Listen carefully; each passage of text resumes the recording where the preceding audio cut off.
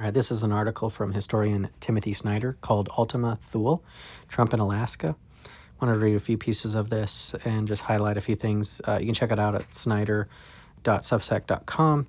In the ancient world, people spoke of Ultima Thule, a mythical land in the extreme north, the end of the earth. By venturing north to Alaska to meet Vladimir Putin, Donald Trump reaches his own Ultima Thule, the Arctic endpoint of a foreign policy dream world. The premise of Trump's foreign relations is that foreign leaders can be dealt with like Americans, with fantastic promises and obnoxious bullying. Obnoxious bullying.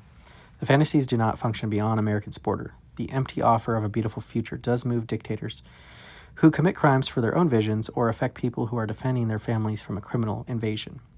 So essentially, Trump's fantasies meet reality, and reality wins.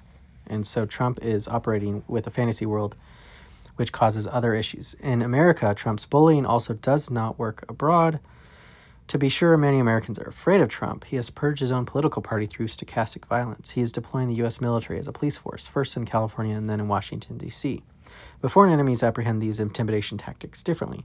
In Moscow, deployments of soldiers inside the United States look like weakness. Trump is signaling that he sees the task that the U.S. military has to oppress unarmed Americans. The very move that shocks Americans delights America's foes. The tough talk may resonate in America, where we confuse words with actions, but for Russian leaders, it covers a weak foreign policy.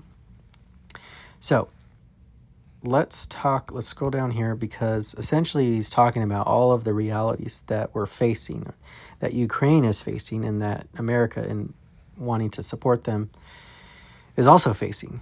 And Trump is living in a dream world. He's living in a fantasy world.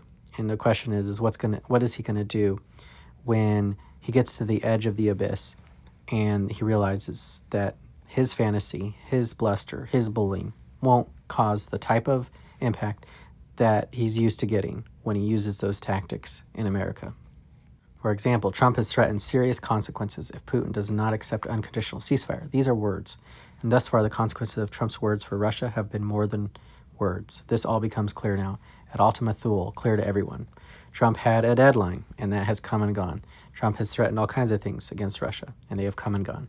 He is a man of words, and if you've heard the phrase, Trump always chickens out, that is another way to think about this idea, that Trump, when it is willing to lie and deceive and craft a fantasy, but struggles in actually facing the reality before us.